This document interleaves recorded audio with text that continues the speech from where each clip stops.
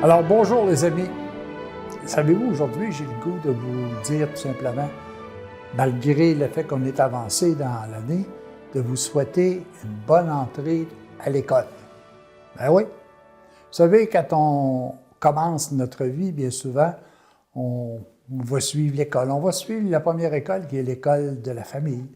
Nos parents nous montrent les éléments de base, manger, bien dormir, marcher, apprendre à courir, apprendre à jouer, apprendre à parler. Alors, c'est toutes des matières que nous avons apprises dans le milieu familial.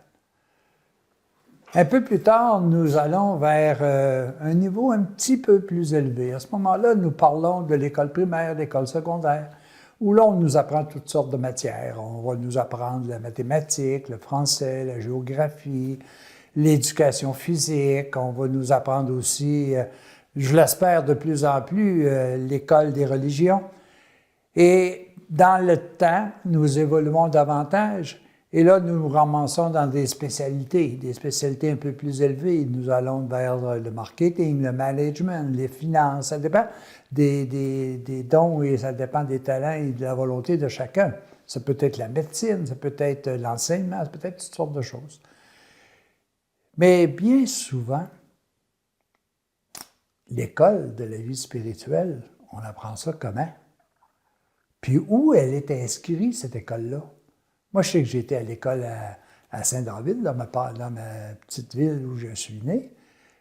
Par la suite, j'ai été à Québec, à l'université. Mais l'école de la vie, c'est inscrit où, ça? Bien, vous savez, les amis, l'école de la vie, c'est la terre. C'est ici que nous avons décidé un jour, alors que nous étions dans un monde de l'invisible, nous sommes venus ici sur terre pour apprendre. Pour apprendre des matières qui sont sûrement différentes, qui sont intégrées, si vous voulez, à tout ce qu'on a appris, que ce soit au plan familial, primaire, secondaire, universitaire ou autre. Mais il y a à l'intérieur de la terre toute une démarche que nous avons à apprendre. Et ces matières-là sont différentes. Je vais vous en expliquer quelques-unes. Les matières que nous apprenons ici, c'est les expériences de vie. C'est les gens que nous rencontrons. C'est les livres que nous lisons.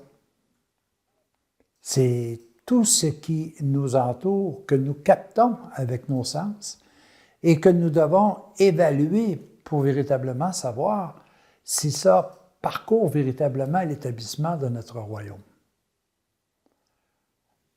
Alors, sur Terre, nous sommes véritablement à l'école. Et moi, je veux parcourir avec vous pendant quelques enseignements qui vont suivre. Je veux parcourir des éléments qui sont essentiels. Et vous savez, tous les petits gestes au quotidien peuvent nous enseigner si nous sommes à leur écoute. Que ce soit une rencontre que nous faisons avec une personne, que ce soit une souffrance que nous éprouvons, qu'une joie que nous transmettons ou que nous recevons. Tout ça nous permet de pouvoir véritablement davantage nous instruire sur ce que nous sommes véritablement. Nous sommes de nationalité divine et de nationalité terrestre, je vous l'ai expliqué antérieurement. Mais comment je fais? Je sais très bien comment je vais pouvoir m'instruire sur le plan terrestre, mais comment je fais pour m'instruire sur le plan spirituel? Alors, je vais suivre des cours. Puis ces cours-là, moi, je les ai pris dans la Bible, je les ai pris dans les activités quotidiennes des gens, je les ai pris également dans tout ce que je pouvais éprouver au niveau de mes sens. Et nous allons essayer, grâce à l'Ancien Testament, le Nouveau Testament, avec l'Évangile de l'an 2000, mais aussi avec des faits pratiques, nous allons véritablement voir est-ce que tout cela peut véritablement m'aider à m'instruire et à m'éduquer sur ce qu'est le vrai bonheur. Vous savez, les amis, chacune de nos expériences, on les prend au moment où l'on est. Et ces expériences-là vont varier avec le temps. Je me souviens très bien, moi, que lorsque j'ai fait mon cours classique, on appelait ça de même dans le temps, alors le cours, j'avais lu un livre qui était Le Petit Prince de Saint-Exupéry. Et le professeur m'avait dit à ce moment-là, prenez des notes dans le coin de votre petit livre et puis plus tard, vous le lirez davantage pour voir, et c'est ce que j'ai fait. Et ce qui est surprenant, c'est de voir, aujourd'hui, je lis Le Petit Prince et je me dis, mais comment ça se fait que je pensais à ça dans ce temps? Alors, on évolue avec les expériences de vie, avec les lectures que l'on fait, avec les perceptions des choses que l'on fait. Tu sais, bien souvent, on dit, quand tu es jeune, tu as besoin de quelque chose qui est de calibre de ton âge. Quand tu es rendu adolescent, que tu es rendu un peu plus adulte, tu as besoin de nourriture beaucoup plus substantielle.